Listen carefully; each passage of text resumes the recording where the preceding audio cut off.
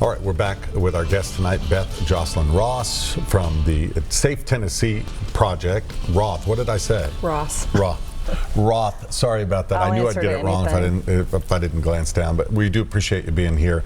She is the policy director with Safe Tennessee Project. It's a grassroots group that's just trying to educate everyone with a lot of numbers, a lot of statistics. You've got a lot of charts and you've got a lot of sticky notes there. But we want to talk about common weapons, relationships, circumstances behind some of these crimes, because we hear the numbers.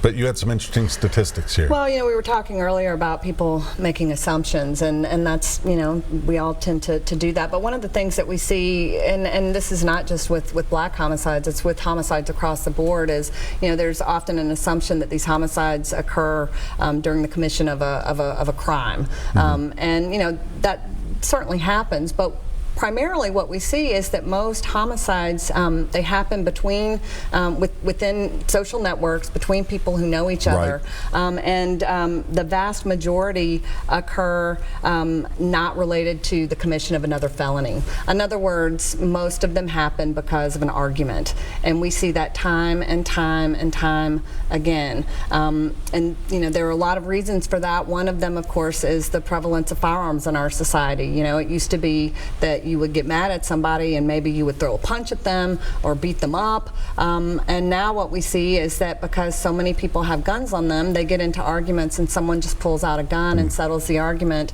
with a gunshot. And that I think is important to point out. There are certainly aggravated assaults and armed robberies. Those things happen, but the majority of homicides that we see are the result of an argument between people who already had a prior relationship. Anthony is on line one. Thanks for calling in, Anthony. Go ahead. Yes, thank you for taking my call. Yes, sir. I don't mean no disrespectful, but I'm a former correctional officer. Yes, sir. But she didn't do the survey on how many young black men are killed in prisons. And also, she didn't ask the church and a religious organization to assist her. I am a gun owner, and when I bought my gun, the guy at the store I bought it from said, take your gun to church and everywhere you go. And unfortunately, this city don't allow guns in certain municipalities. That's why you see people have guns in the car. But you can believe the tourist industry, when I worked it coming to town, they got their guns. Right. So and all these homeless people have weapons too. Yeah, I know what you're saying, Anthony, because there, depending on the municipality and where you go, certain buildings, you can't bring your gun, so you have to leave your gun in the car. But what we're saying is, lock it up. Lock it up. Lock it in a glove box or a console. Have a box or a console. Lock your doors. Put it out of sight. Yes. And be a little more responsible with it, right? Absolutely. And there are actually devices that you can purchase at a gun store that are designed specifically for storing a weapon securely in a vehicle that make it impossible to pry open the lockbox, and you also attach it to the car so it can't even be removed from the car. Yeah. But Anthony, thank you for the call. Didn't mean to cut you off there as we're coming up on a break here, but we do appreciate your opinion.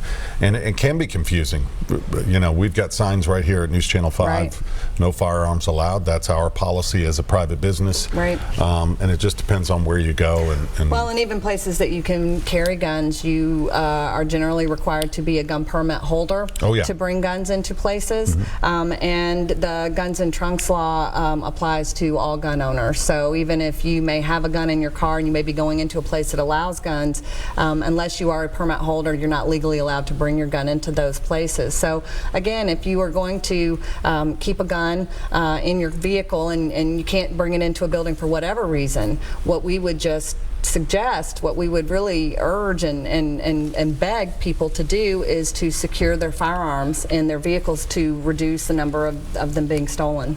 Going back real quick to what we talked about at the top of this program, what's happening in Virginia. Right. Kind of a bold move by the governor there. What do you think is going to happen there? You know, it's tough to say. Is this a strike while the iron's hot, while emotion is high, to try to get something done? I think so, and you know, we saw that happen in Florida after Parkland.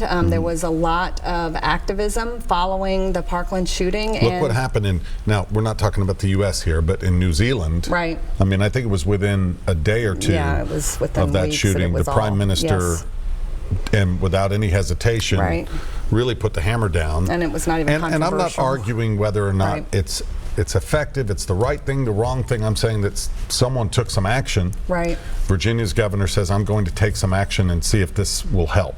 Well, and what's really interesting to think about is, you know, Virginia has had two very high-profile mass shootings. There was the Virginia Tech shooting, and now there was the shooting on Friday.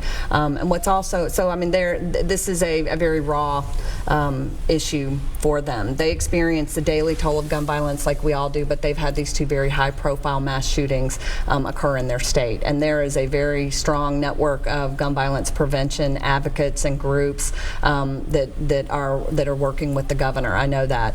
What's also interesting is that earlier this legislative session, there was a bill before their House of Delegates to limit magazine capacity, and that bill was not passed. And so now there are a lot of folks in Virginia that are looking at the failure of that bill to advance, and the fact that this shooter bought his guns legally, including this extended magazine, and you know, sort of pointing out that perhaps had that law been passed, he might not have been able to legally acquire that extended magazine. I'm seeing this statistic here from your group. Well, first of all, 32 Tennessee children at least fatally shot when they or another child gained access to an unsecured loaded gun and pulled the trigger. This is in about a 3-year span, 4-year span. And that gun deaths have surpassed motor vehicle deaths in Tennessee. Yeah, that happened in 2015 or 2016, I believe. Was that surprising for your group to see that kind of number? Or? It wasn't surprising for us because we see a list of every shooting that happens every day in our state, and so you know, we were aware that this was just this ongoing toll of gun violence every day.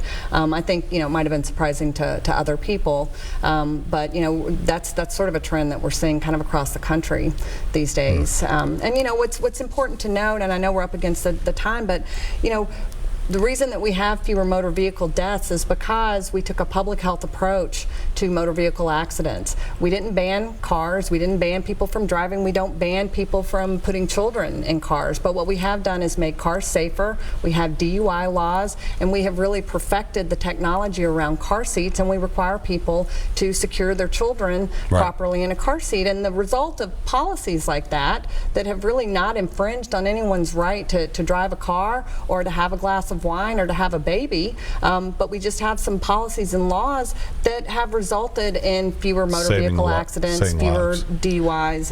Got to take a quick break here, Beth. We'll be right back right up to this.